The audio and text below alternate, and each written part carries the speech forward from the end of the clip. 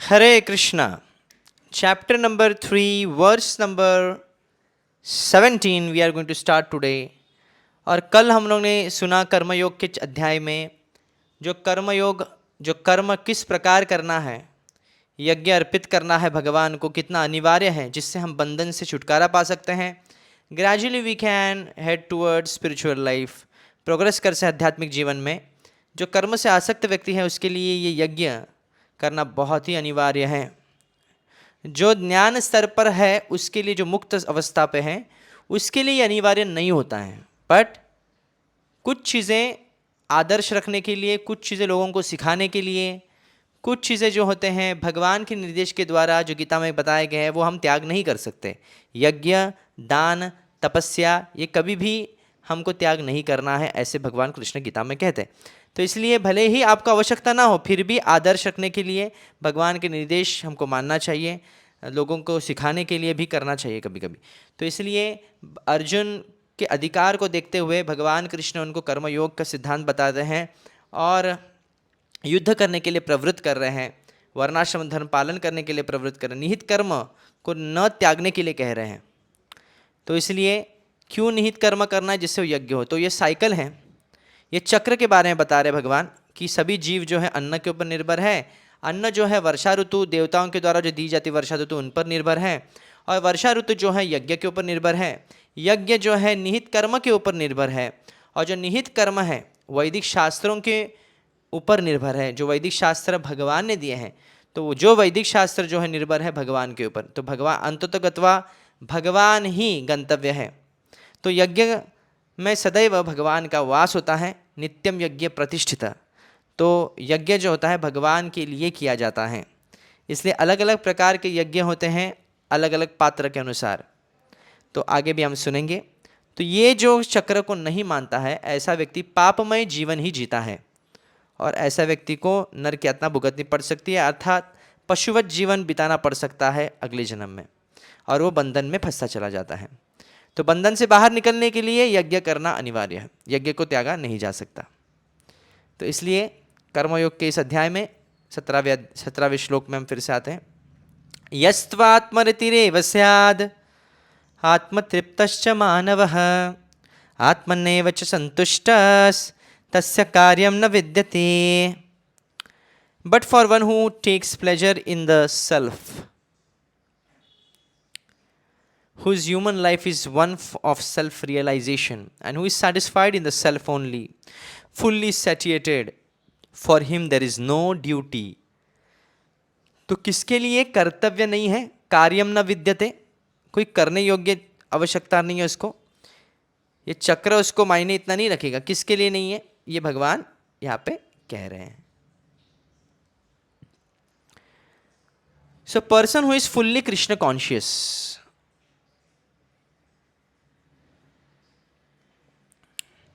and is fully satisfied by his acts in Krishna consciousness no longer has any duty to perform. Due to his being Krishna conscious, all impiety within is instantly cleansed, an effect of many thousands of yajna performances. By such clearing of consciousness, one becomes fully confident of his eternal position in relationship with the Supreme. His duty thus becomes self-illuminated by the grace of the Lord, and therefore he no longer has any obligations to the Vedic injunctions. Such a Krishna conscious person is no longer interested in material activities and no longer takes pleasure in material arrangements like wine, women and similar infatuations. तो जो कृष्ण भावनावृत्त में उन्नत व्यक्ति है उसके लिए कोई कार्य नहीं बचता है, कोई कर्तव्य नहीं बचता है, भले ही वो शास्त्रों के नियम के विरोध भी जाए, क्योंकि वह कृष्ण भावनामृत में है, इसलिए उनको कोई भी पाप नहीं लगता है। जिस प्रकार एक गृहस्थ व्यक्ति का तो धर्म होता है यज्ञ आदि सब करना, पर व्यक्ति कृष्ण भावनामृत में इतना उन्नत हो चुका है कि वो गृहस्थ धर्म को भी त्याग देता है तुरंत। कई बार उनके यज्ञ को भी नहीं कहा, क्योंकि भगवान कृष्ण के ऊपर उसकी रुचि बढ़ गई है। भूदेव स्नानम तुभ्यम नमो, पितृ तर्पण, ये सब जो तर्पण करना पितरों को, व्यक्ति संध्या वंदन करना, ये सब कुछ नियम होते हैं जो करने पड़ते हैं, स्नान आदि। तो ये सब मध्वेंद्र पुरी जी के जीवन में आप देखेंगे, जब अंतिम जब क्षण आते हैं तभी ये कहते हैं कि मैं सभी को क्षमा याचना करता हूँ, क्योंकि ये सब मैं नहीं कर पा रहा हूँ। मैं देवताओं के प्रति क्षमा याचना करता हूँ, मैं पितरों के प्रति क्षमा याचना करता हूँ, क्योंकि मेरा जो मन है वो सिर्फ भगवान कृष्ण के चरणों में ही लगा हुआ है। तो ये भाव होता है इसमें, इसलिए इनके लिए कोई पाप, इनको क्षमा याचना करने की भी आवश्यकता नहीं है, क्योंकि उनके लिए कोई पाप नहीं है ऐसे व्यक्तियों के लिए। तो Shri Ramanujacharya is commenting on this verse. But for him who is not in the need of the means of Jnana Yoga and Karma Yoga, who finds delight in the self on his own, who is established in the self, who is established by the self alone and not by food, drink, and other things which are other than the self, who rejoices in the self alone and not in pleasure gardens, garlands, sandal paste, vocal and instrument, music, etc. इस संसार के कोई भी सुख उसको प्रलोभन नहीं देता है, न धनम, न जनम, न सुंदरिम कविता। वो सिर्फ और सिर्फ आत्मरमण करता है, आत्मराम बन चुका है, यानी सिर्फ अपने में ही आनंद लेता है, यानी भगवान से जो उसका संबंध है उसमें ही वो आनंद की अनुभूति करता है। ऐसे व्यक्ति के लिए कोई भी कर्तव्य नहीं बचता है, यज्ञ आदि। Shri Madhavendra Puri Madhavacharya is saying that in this verse, trupti means satisfied by how things come on their own accord. And the word santushtah means completely content. Okay. तृप्तात्मा किसे कहते हैं? जब कोई व्यक्ति सुखी बनने के लिए प्रयास नहीं करता है, जो भी चीज़ आता है उससे ही वह संतुष्ट हो जाता है. But for one who is established in awareness of bodily consciousness, it is mandatory that prescribed actions from the Vedic scriptures are duly performed. Such ordained actions are actually for the satisfaction of the Supreme. This has been explained in Pancharatra. In this world, only human beings have the potential to achieve Atma Tattva. Thus, only mankind can attain this consciousness, and become spiritually liberated. The word Manava means mankind from the root word Manu. Self-satisfied means one satisfied in Supreme Self.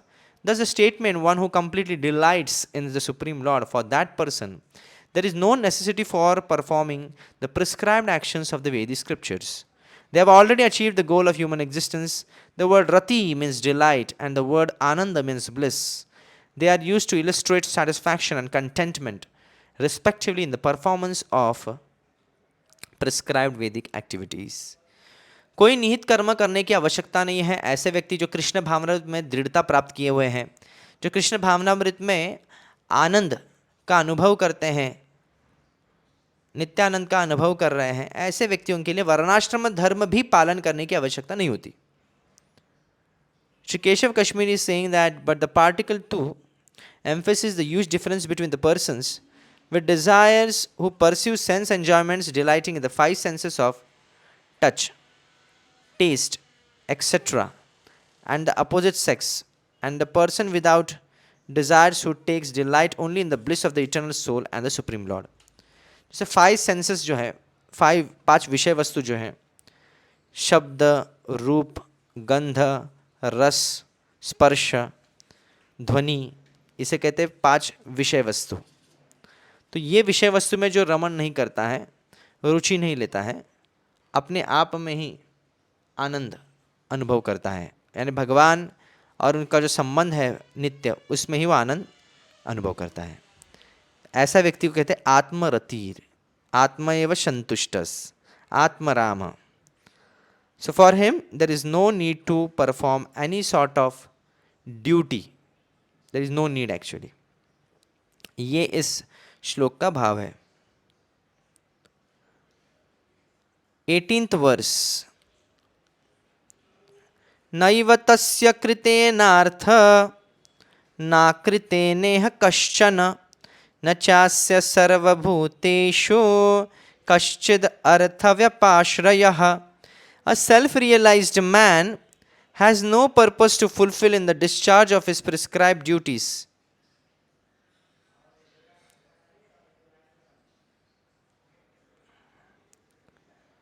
Nor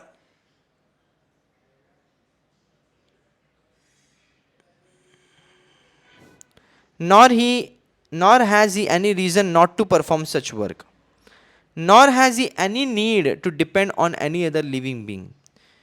जो आत्म साक्षात्कारी व्यक्ति है, जिसने जान लिया है वह आत्मा है, शरीर नहीं है, वो रूप, रस, गंध, त्वचा, ध्वनि, शब्द, स्पर्श, ये सभी में कोई रुचि नहीं रखता है, इस संसार के सुख में उसको कोई आनंद नहीं है, सिर्फ भगवान के संबंध में आनंद लेता है, ऐसे व्यक्ति के लिए कोई अनिवार्य नहीं है निहित कर्म करना, अर्थात और उसके लिए वो कभी द्वेष भी नहीं करता है ऐसे कर्म करने में.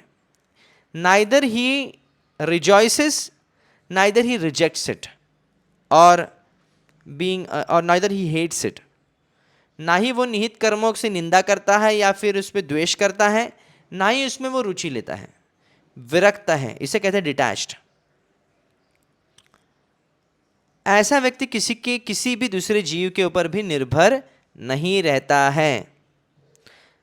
ये भक्तों को होना पड़ेगा. भक्तों को we have to understand that a devotee should always, he should never be dependent, he should always be dependent on supreme lord, independently dependent जिसे कहते हैं.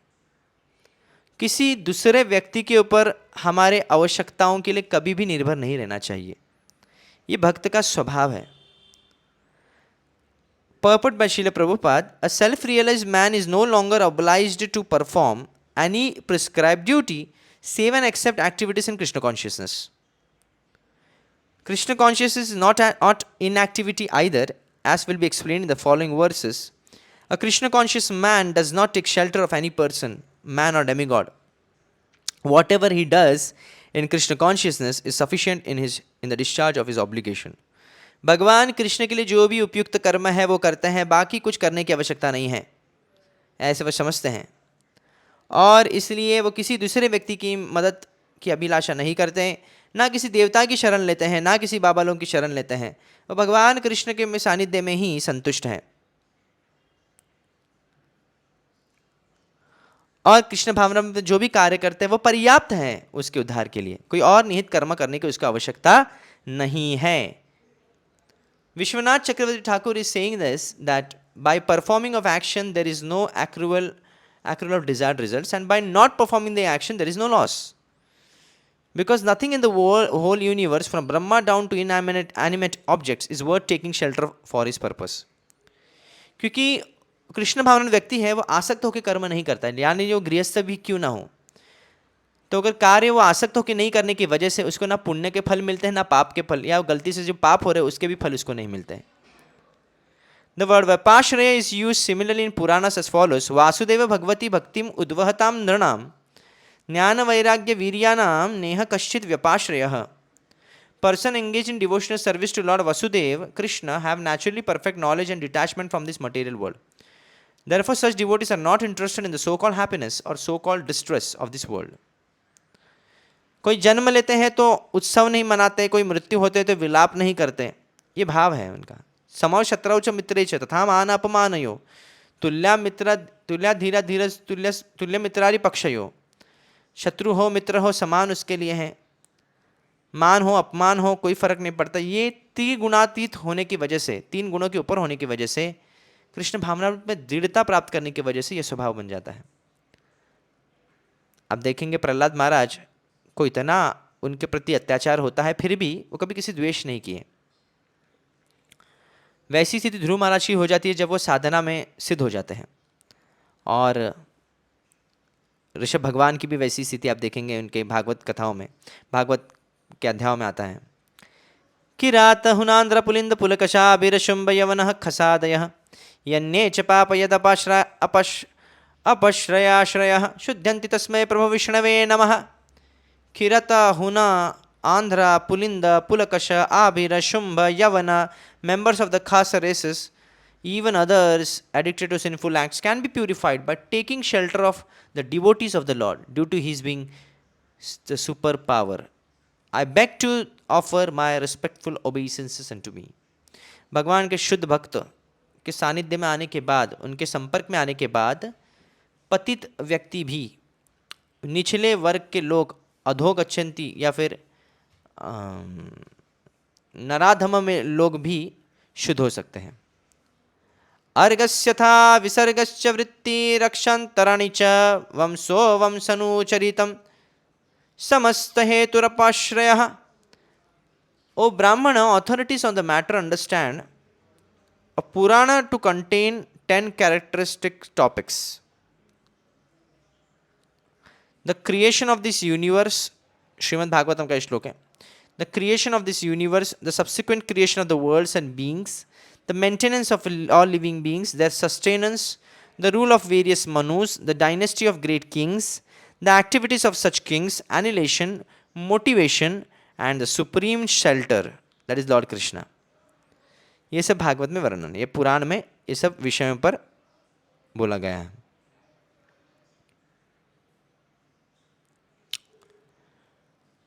Sridhar Swami is saying, yet it is seen in the Brihad Aranyaka Upanishad that the demigods do not like that men attain divine knowledge.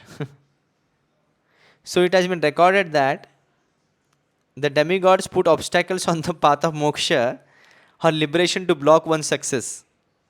So for preventing such obstacles, the demigods should be worshipped by ritualistic activities. Anticipating some doubt, Lord Krishna declares that a liberated being in Atma Tattva or soul realization has not to depend upon any living being from Brahma, who was the creator of the material manifestation, down to an inanimate microbe. यानी कभी होता है कि देवता लोग भी कभी कभी, मनुष्य जब व्यक्ति आध्यात्मिक प्रगति कुछ करने लगता है या फिर योग साधना करता है तो देवता लोग बाधाएं डालते हैं. आप कई उदाहरण ऐसे देखे हैं, चाहे वो विश्वामित्र मुनि हो या फिर अन्य ऋषि मुनि हो, और उनको पतन करने के लिए प्रयास करते, पतन करवाने के लिए. तो इसलिए देवताओं के प्रति भी कुछ उनको आराधना करनी चाहिए, ये भाव जब आ जाता है. पर भगवान कृष्ण यहाँ पे कोई संदेह नहीं रखना चाहते. नहीं, जो आत्म साक्षात्कार व्यक्ति है, जिसने जान लिया वो कृष्ण का अंश है, कृष्ण का वो जो शुद्ध भक्त है, ऐसा व्यक्ति जो है वो किसी भी दूसरे व्यक्ति पर निर्भर नहीं रहता है, ना वो देवता हो या फिर ब्रह्मा जी हो. ये उनका भाव है. तो इस श्लोक का यह सार है कि जो व्यक्ति शुद्ध भक्ति के स्तर पर है, कृष्ण भावनामृत में दृढ़ है, ऐसे व्यक्ति किसी भी व्यक्ति का आश्रय नहीं लेता है, दूसरे ऊपर निर्भर नहीं रहता है, और इसके लिए कोई भी कर्तव्य बचता नहीं है. तो वो कर्तव्य से द्वेष भी नहीं करता है या फिर कर्तव्य करने के लिए तत्पर भी नहीं रहता है. वो समभाव रखता है. अगर आवश्यकता है, ऐसे कर्म, ऐसे कर्तव्य करने की आवश्यकता जो कृष्ण भावनामृत में अनुकूल है, तो वो करता भी है बिना हिचकिचाहट के. तो हमको इस स्तर पे आना है. एक साधक को इस स्तर पे नहीं आना है कि वो निंदा करने लगे सब चीज़ का, या फिर सब चीज़ को निगलेक्ट करते रहे, रिजेक्ट करते रहे, सभी नियमों को तोड़ते रहे. नहीं, या ऐसा भी नहीं कि सभी नियमों को मानते रहे. हमको ना ही नियम आग्रह बनना है, ना ही नियम अग्रह बनना है, दोनों भी नहीं बनना है. हमको बैलेंस करना है. जो नियम भगवान की भक्ति के लिए अनुकूल है उसको स्वीकारना है. जैसे कोई अगर कहेगा कि मैं तो अभी नियम से परे हो गया, 3 गुणों से ऊपर हो गया, अब मैं शराब भी पी सकता हूँ, नहीं, ये तो हमारे नियम के प्रतिकूल हो गया ना. मैं अभी किसी भी स्त्री के साथ बात कर सकता, किसी भी पुरुष के साथ बात कर, कोई भी इनसे किसी से मिल सकता हूँ, किसी को भी मैं संबंध बना सकता हूँ, क्योंकि मैं अभी तीनों स्तर के ऊपर हूँ, मैं अभी शरीर नहीं आत्मा हूँ. ये भाव नहीं होता इसका. आप कुछ नियम को सदैव मानना पड़ता है. स्त्री पुरुष भेद को भी मानना पड़ता है क्योंकि भक्ति के लिए अनुकूल होता है. तो ये चीज़ क्या करना है, क्या नहीं करना है, कुछ कौन से कर्तव्य को निभाना है, ये व्यक्ति को बुद्धिमत्ता का प्रयोग करते हुए, शास्त्र का आधार लेते हुए, गुरु का आश्रय लेते हुए समझना चाहिए.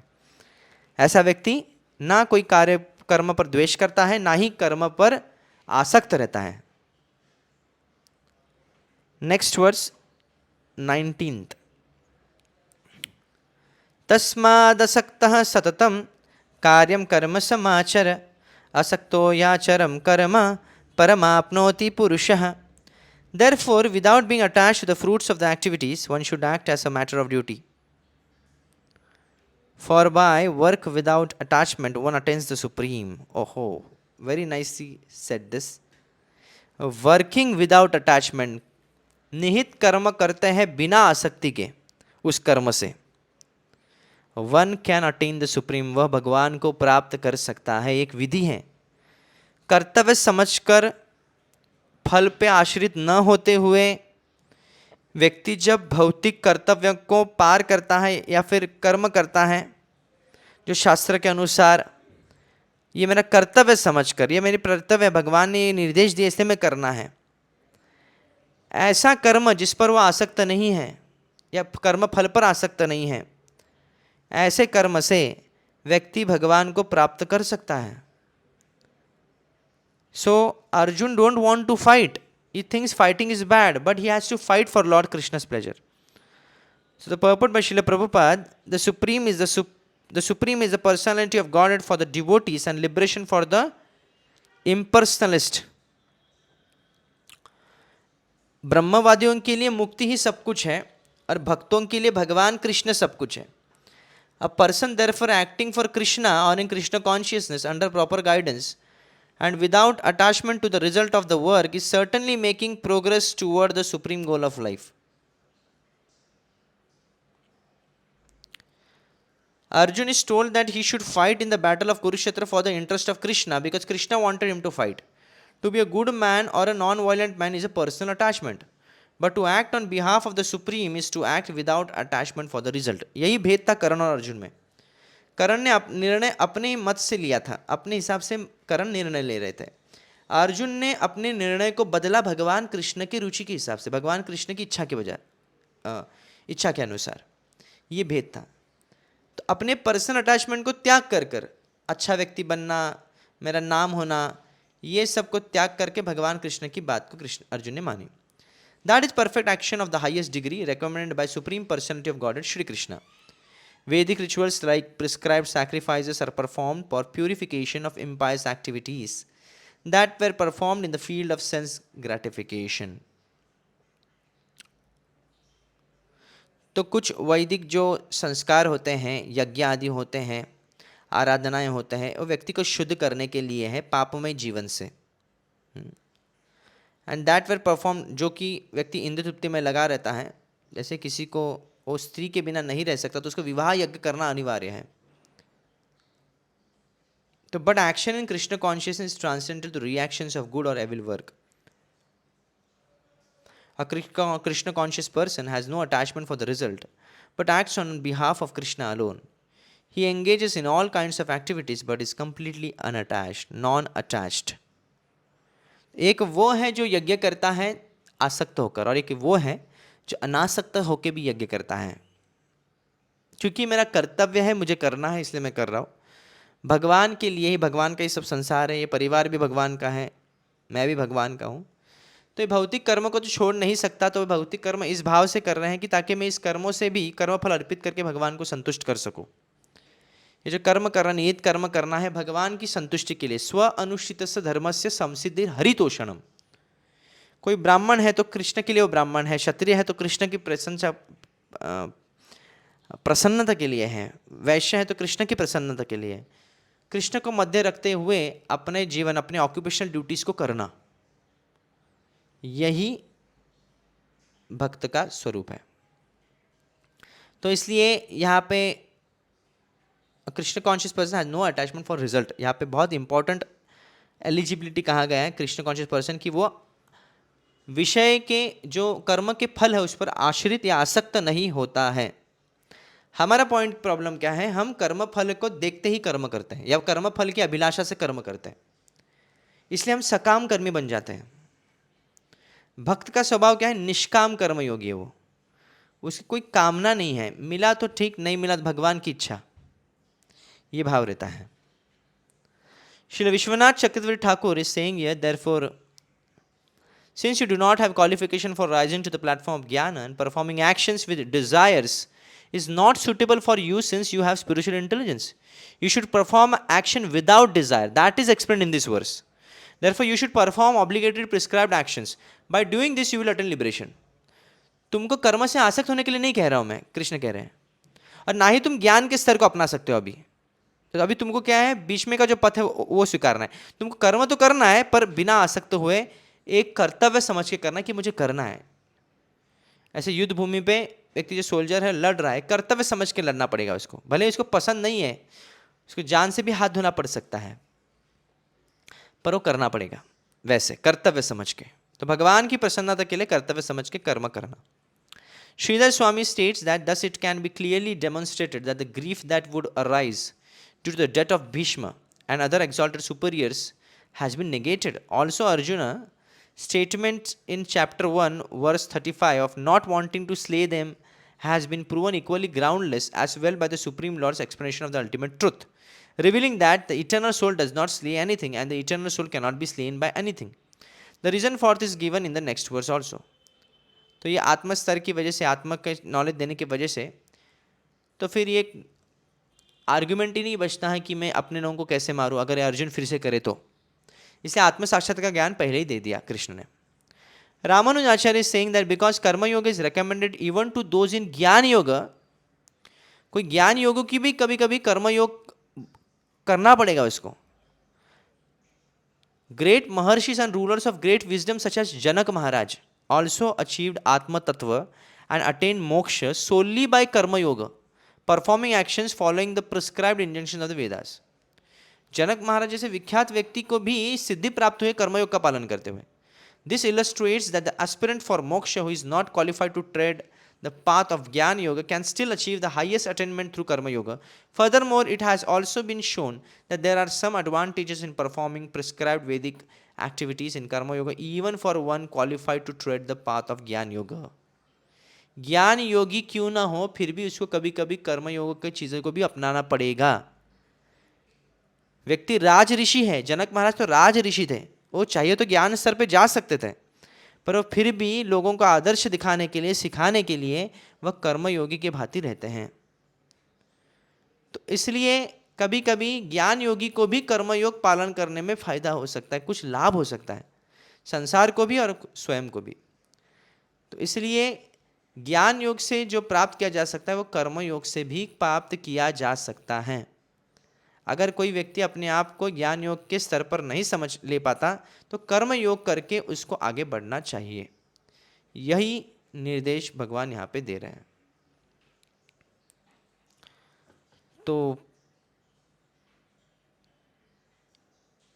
भगवान इस श्लोक में कह रहे हैं कि व्यक्ति को अभी क्या करना है, आसक्त, असक्त, सक्त शक्ति यानी अटैचमेंट, असक्ति मतलब नॉन अटैचमेंट, ओके, आसक्ति मतलब एक्सट्रीम अटैचमेंट। सक्त, असक्त और आसक्त अलग अलग शब्द होता है। तो यहाँ पे असक्त, विदाउट अटैचमेंट, बिना आसक्ति से व्यक्ति को कर्म करना चाहिए। भौतिक कर्म बोल के इसको तुरंत त्याग नहीं देना चाहिए, नहीं ये सब संसार झूठ है, ये संसार सब माया है, ये सब छोड़ छाड़ दूंगा मैं, ये सब ठीक नहीं है। ज्ञान स्तर पर सब कोई नहीं आ सकता। व्यक्ति मुक्त अवस्था में अगर नहीं है तो उसको कर्म करने पड़ेंगे, भौतिक कर्म, फल को अर्पित करने पड़ेंगे भगवान को। तो बिना फल पे आश्रित हुए व्यक्ति को कर्म करना चाहिए। असक्त या अचरण कर्म, ऐसे व्यक्ति परम आपनोति पुरुषः, वो परम भगवान को भी प्राप्त कर सकता है अपने कर्मों से। और यही जो जनक महाराज का उदाहरण अगले श्लोक में दिया गया है, verse number 20।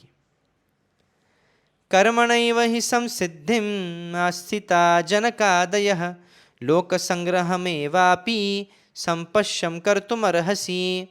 Kings such as Janaka Maharaj attained perfection solely by performance of prescribed duties. Therefore, just for the sake of educating the people in general, you should perform your work. लोगों को सिखाने के लिए तुमको कर्म करना पड़ेगा। जिस प्रकार जनक महाराज ने अपने निहित कर्मों को त्याग नहीं किया, उसको स्वीकारा, उसको किया और इससे उन्होंने सिद्धि प्राप्त की। So kings like Janak Maharaj, in the purport it is written by Prabhupada ji, kings like Janak Maharaj were all self-realized soul. Consequently, they had no obligation to perform the prescribed duties in the Vedas. Nonetheless, they performed all prescribed activities just to set examples for the people in general. Janaka was the father of Sita and father-in-law of Lord Sri Rama. Being a great devotee of the Lord, he was transcendently situated, but because he was the king of Mithila, a subdivision of Bihar province in India, he had to teach his subjects how to perform prescribed duties. Lord Krishna and Arjuna, Lord's eternal friend, had no need to fight in the battle of Kurukshetra, but they fought to teach people in general that the violence is also necessary in a situation where good arguments fail. Before the battle of Kurukshetra, every effort was made to avoid the war, even by the Supreme Personality of Godhead, but the other party was determined to fight. So for such a right cause, there is necessity of fighting. Although one who is situated in Krishna consciousness may not have any interest in the world, he still works to teach the public how to live and how to act. Experienced persons in Krishna consciousness can act in such a way that others will follow, and this is explained in the following verses. तो श्रेष्ठ व्यक्ति जैसा आचरण करता है वैसे सामान्य व्यक्ति पालन करते हैं। एक कृष्ण भक्त को, कृष्ण भक्ति करने वाले व्यक्ति को लोगों के लिए एक आदर्श रखना चाहिए कि किस प्रकार वह संसार में रहे, संसार को जिए और साथ साथ में भगवान की भक्ति करे। इसलिए अगर वो सभी लोग बोलेंगे विरक्त हो जाओ, सन्यासी ले लो, बस यही एक ही ऑप्शन है, तो कोई व्यक्ति दूसरा आकर्षित ही नहीं होगा भक्त बनने के लिए। इसलिए ये गृहस्थ लोगों का कर्तव्य होता है, जो भक्त है, कि वो इस तरह जीवन व्यापन करे कि वो सामान्य लोगों के लिए आदर्श बन जाए और ऐसी कुछ ना करे जिससे सामान्य लोगों के लिए घृणास्पद हो जाए। Srila Vishwanath Chakravarti Thakur stating here, he gives proof of such actions in the first part of the verse. In the second part of the verse, he says that if you think that you are qualified for jnana, even then you should perform an action in order to teach the people. तो भगवान यहाँ पे उदाहरण देते हैं जनक महाराज का कि ज्ञान के स्तर पर होने के बावजूद भी जनक महाराज कैसे कर्म किए हैं।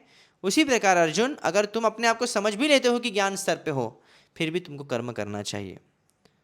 Madhvacharya is saying it should not be assumed that actions alone are sufficient without possessing wisdom. Okay, इसका मतलब ये नहीं कि ज्ञान होना ही नहीं चाहिए व्यक्ति को, ज्ञान भी जरूरी है।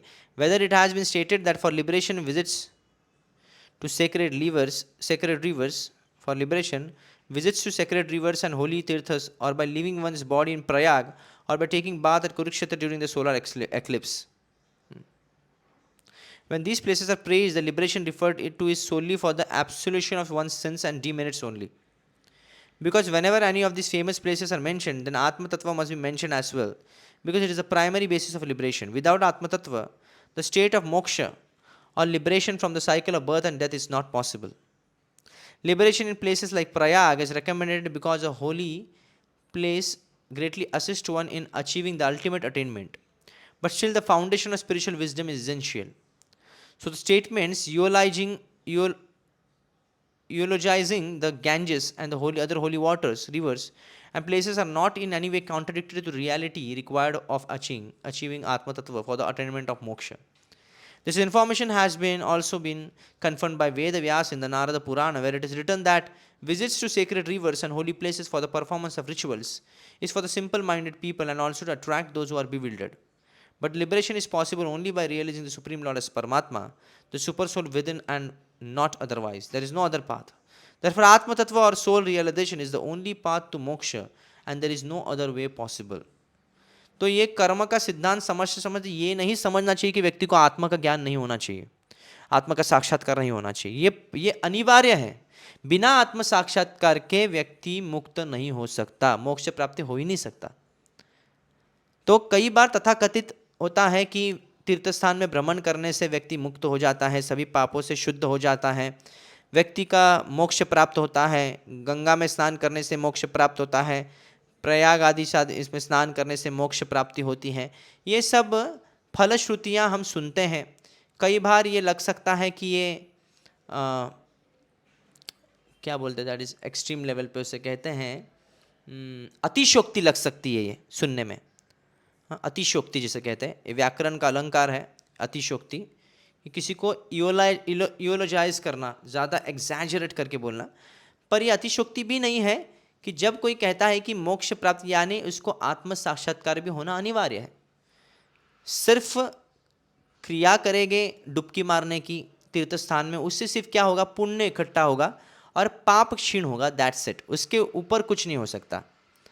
तो मुक्ति प्राप्त करने के अनिवार्य है कि वो उसको आत्म तत्व, वो आत्मा है, शरीर नहीं है, ये ज्ञान होना बहुत ज़रूरी है। साथ साथ में भगवान कृष्ण का अंश है और उनके लिए उसको प्रैक्टिकल सेवा भी करनी चाहिए। तो ये सब करना अनिवार्य है।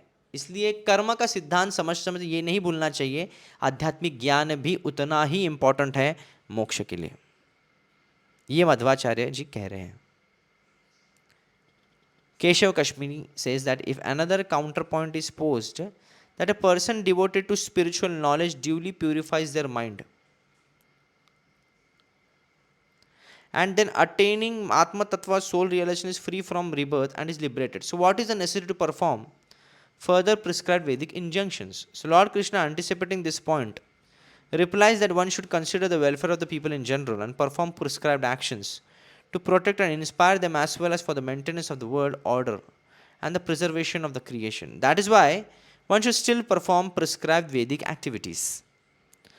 तो किसी का ये तर्क हो सकता है कि अगर मैं ज्ञान स्तर पे अपने आप को रख सकता हूँ, अगर मेरे में क्षमता है, मेरा मन अगर इतना शुद्ध है कि मैं ज्ञान को प्राप्त करते हुए, अध्ययन करते हुए शास्त्रों का, मैं आत्मा को जानते हुए मैं आगे बढ़ सकता हूँ, तो मुझे ये सब कर्म करने की, निहित करने की आवश्यकता ही क्या है? तो भगवान कृष्ण इस तर्क को अपेक्षा करते हुए वो पहले ही उत्तर देते हैं कि तुमको दूसरों को आदर्श दिखाने के लिए, दूसरों के लोगों के सुख के लिए, दूसरों के लोगों के कल्याण के लिए तुमको कर्म करना होगा ताकि वो आपको देखे कर्म करे। फिर अगर मान लीजिए कल पॉलिटिक्स में एंटर करना पड़ा, हो सकता है कि इस्कॉन के कोई सन्यासी भी पॉलिटिक्स में एंटर करे, कुछ भरोसा नहीं, हो भी सकता है। इसका मतलब ये नहीं कि उनका पतन हो चुका है, नहीं, क्यों कर रहे हैं? ताकि लोगों को आदर्श दिखाने के लिए कि देखिए हमको कृष्ण भावनामृत लोगों को अगर बनाए तो राजा, जो लीडर भी कृष्ण भावनामृत होना अनिवार्य है।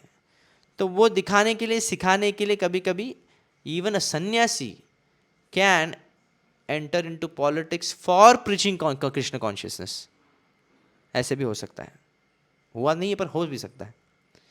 या फिर you can advise some politicians to do that. नहीं तो क्या है, संसार में उसको क्या लेना देना है? अगर वो वृंदावन में ही स्थित रहना है, उसको वृंदावन भाव में स्थित होना है, तो संसार के लोगों से क्या लेना देना है? पर नहीं, शी प्रीचेस देम। तो ये भाव है, जनक महाराज का उदाहरण देते हुए भगवान क्लियर कर रहे हैं यहाँ पे। ओके,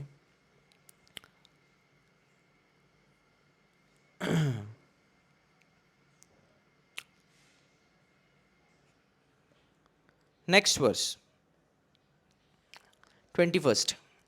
यद्यदाचरति श्रेष्ठस्तत्तदेव जनः स यत् प्रमाणं कुरुते लोकस्तद् अनुवर्तते। This will the last verse will take today for today. यद्यद आचरति श्रेष्ठस्तत्तदेव जनः, बहुत ही इंपॉर्टेंट श्लोक है। Okay,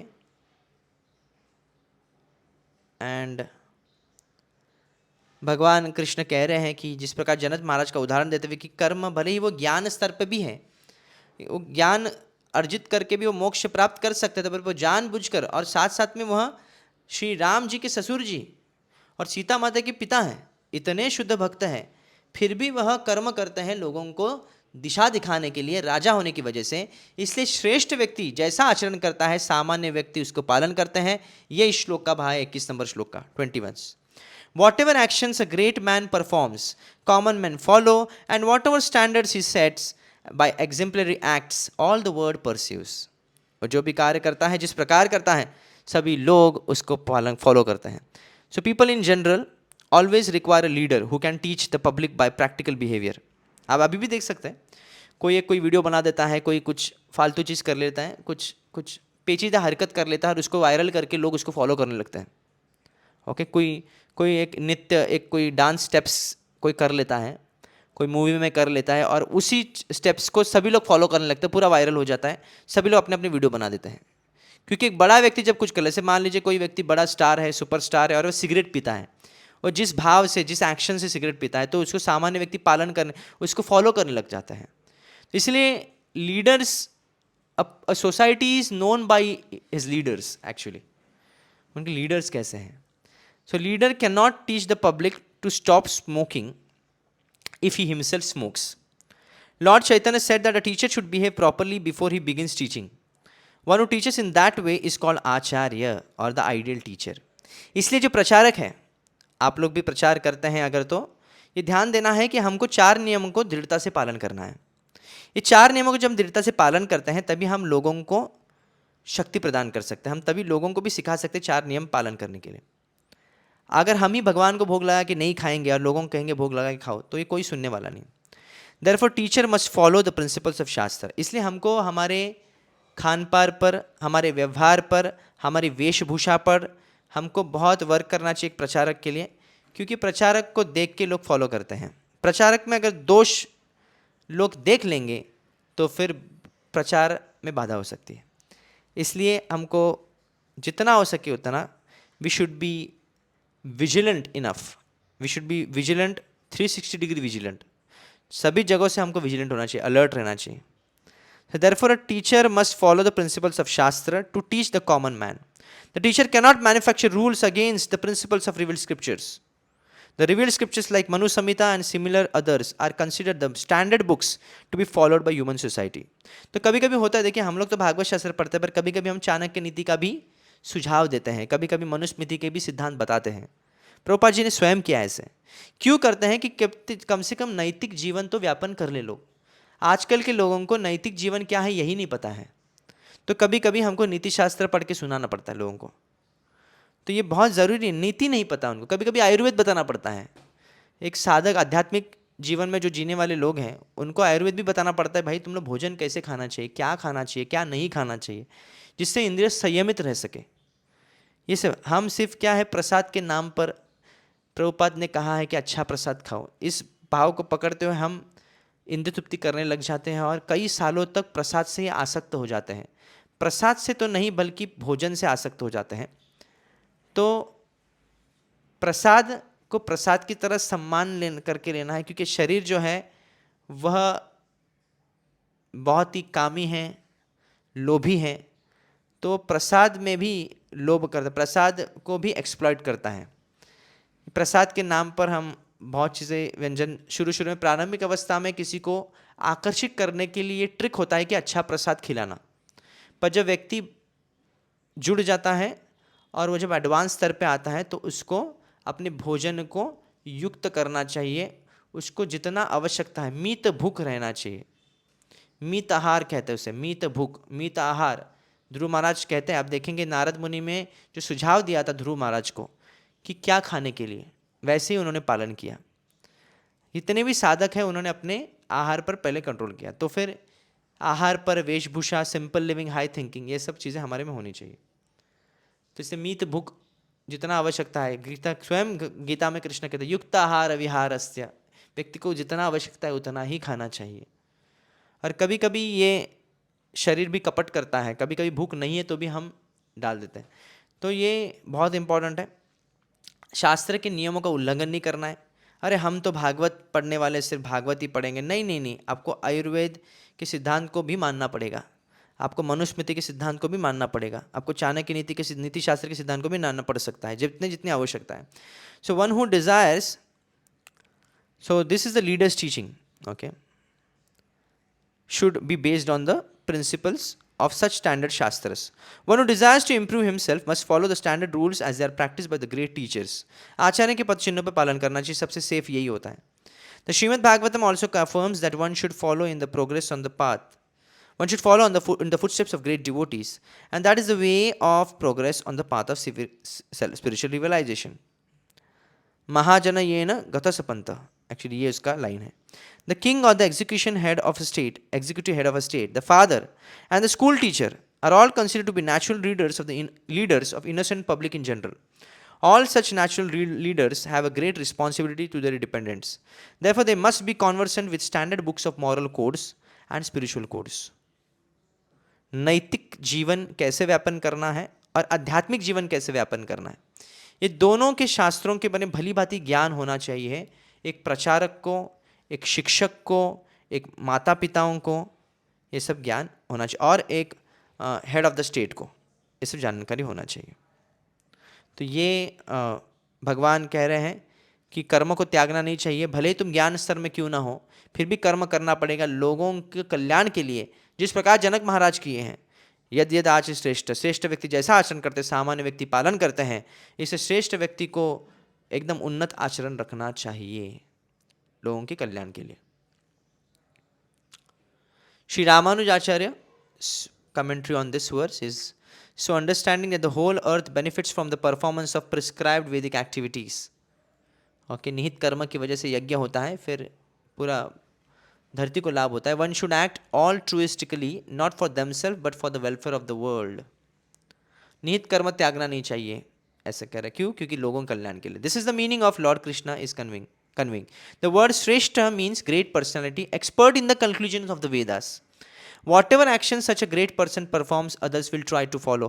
It may be that a certain activity should be performed on a special day. The common people will wait to see how a great person takes the initiative on such an action, and then they will follow suit. Hence, the great personality should always act in an exemplary manner to set the standard for the world. In this way, they inspire everyone to perform prescribed Vedic actions according to the qualification of one's varna or caste in life and one's ashram or stage in life. If one fails to do this by neglect or omission, one commits sin by omitting to help benefit the welfare of the world by their example, and the consequence will be one will fall down from the path they achieved after many lifetimes. अगर व्यक्ति जानबूझ के बिना सोचे समझे निहित कर्मों को त्याग देगा तो लोगों का भी पतन होगा और साथ में उसका भी पतन होगा। तो इसलिए श्रेष्ठ व्यक्ति को आचरण करके दिखाना है। निहित कर्मों को त्यागना नहीं चाहिए। कर्मयोग का सिद्धांत बहुत ही अहम है। कई चीज़ें हम त्याग नहीं सकते और इसलिए कर्मयोग सिद्धांत को पालन करना है लोगों के कल्याण के लिए, श्रेष्ठ आचरण दिखाने के लिए, समाज को आगे बढ़ाने के लिए। ये उदाहरण देते हुए अर्जुन को प्रेरित कर रहे हैं भगवान कृष्ण युद्ध लड़ने के लिए। Thank you so much. We will stop here on this verse 21st verse. We will stop.